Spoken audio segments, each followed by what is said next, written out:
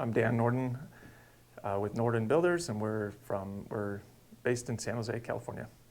When Aspire found us, because that's how it actually happened, we were a typical contractor in the wrong way. We were the hamster wheel, cash crunch, cyclical cash crunches back to back at the workshop. Honestly, like Fred pretty much told us, hey, you guys are doing something cool, it's valuable, don't short sell yourselves.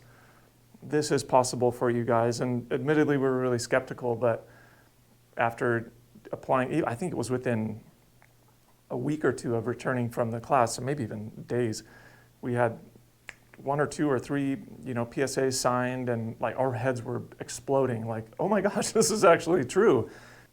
Yeah, if you think you have it all figured out, and you really don't want help, and you think it's going to be a problem for you, cool, you got it handled, and you're crushing it and making all the money you think you ought to be making. Good for you. Like, you must be doing some good things. You must be doing some things right.